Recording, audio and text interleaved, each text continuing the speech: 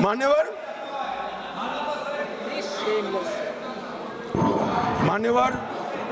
मैं विद्यमान लोकसभा स्पीकर साहब के लिए भी कुछ जरूर कहना चाहता हूं। मान्यवर, 16वीं लोकसभा में 331 बैठकें थी, 17वीं लोकसभा में 274 और 25 से अब तक 25 तक 103 बैठकें हुई। 25 में बजट सत्र जो था 118% उत्पादकता वाला हुआ। इंदिरा गांधी जी के समय से अब तक एवरेज उत्पादकता 16वीं लोकसभा की 91%, 17वीं की 91% और 18वीं की इतने डिस्टर्बेंस के बावजूद भी 91% रही है। मैक्सिमम स्पीकर साहब के कार्यकाल के अंदर एक हुआ है।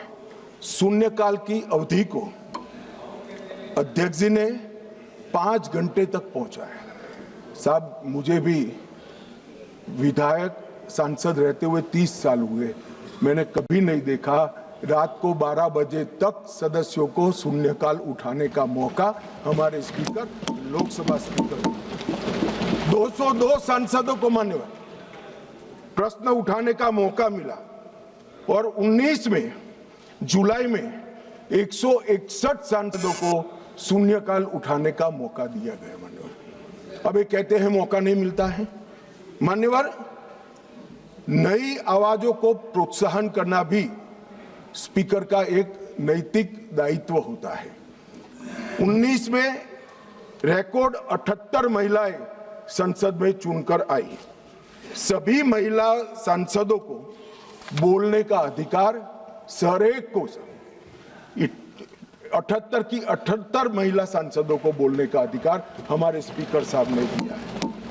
बिरला जी के आग्रह से सदन के अंदर क्षेत्रीय भाषाओं का उपयोग भी बढ़ा और लगभग 14 भाषाओं में भाषण यहां पर करा गया। मान्यवर, ये बहुत बड़ी बात, सदस्य अपनी भाषा में बात कर सकता है और पहली बार अनुवाद की पैनल पूरी हुई है मान्यवर, और ये बहुत बड़ी बात है। डिजिटल संसद 2.0 लगभग 8000 घंटे का ऑडियो विजुअल रिकॉर्डिंग डिजिटल कर दिया गया है।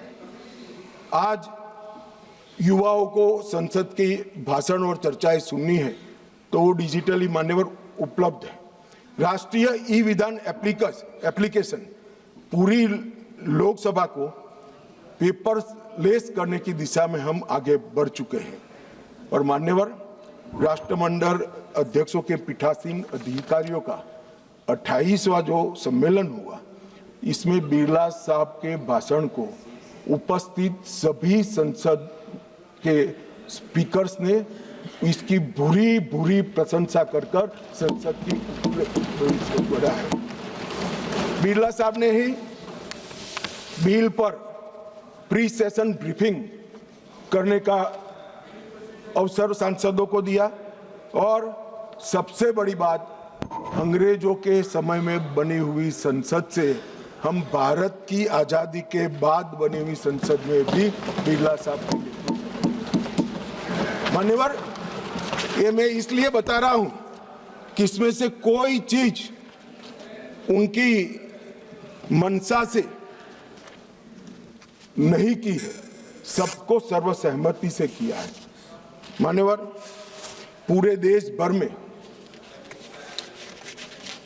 भारतीय जनता पार्टी की छवि खंडित करने के लिए एक प्रचार चल रहा है। उन्हें बोलने नहीं दिया जाता, मगर मैं जो लोग ये प्रयास करें उनको कहना चाहता हूं, इससे भारतीय जनता पार्टी की छवि खंडित नहीं होती। क्योंकि कौन बोलेगा, कितना बोलेगा, कब बोलेगा और क्या बोलेगा, वो निर्णय सत्ताधारी पार्टी नहीं कर सकती। मान्यवर, आप करते हो, ये स्पीकर करते हो। जब आप सुन लो ना, सुन लो, पहले सुन लो। मान्यवर, मैं स्पष्ट करना चाहता हूं कि हमने कभी विपक्ष की आवाज दबाने का काम नहीं किया। और ये लोग जो अभी मेरी आवाज दबाने का प्रयास कर रहे हैं, उनको मैं कहना चाहता हूं, विपक्ष की आवाज दबाने का काम तो 1975 में हुआ था, जब समूचा विपक्ष जेल के अंदर बंद कर दिया गया। ये विपक्ष की आवाज दबाना कहते हैं मान्यवर। और ये नियमों के अनुसार सदन चलाने का दायित्व मान्यवर स्पीकर का होता है, और इस स्पीकर को जो दायित्व दिया है वो लोकसभा के नियमों के तहत दिया है, जो बिरला साहब के समय में नहीं बने। 349 इनकी अविश्वास की प्रस्ताव में जिस स्पीकर के अधिकार के कारण अविश्वास प्रस्ताव लाए, मैं सब स्पष्ट करना चाहता हूं। सदन में सदस्य का समग्र आचरण कैसा हो वो तय करने का अधिकार नियम संख्या 349 में पीठ को दिया है, आसन को दिया है। बोलते वक्त भाषा, प्रासंगिकता और मर्यादा तीनों उसका निर्णय करने का काम माननीय अध्यक्ष जी को दिया है। मैंने पहले भी कहा कि मैं आज यहाँ स्पीकर साहब के अविश्वास के प्रस्ताव पर बोल रहा हूं, तो इस देश में माओवाद समाप्ति के कगार पर आया, इस पर नहीं बोल सकता, इसकी प्रासंगिकता नहीं है मान्यवर।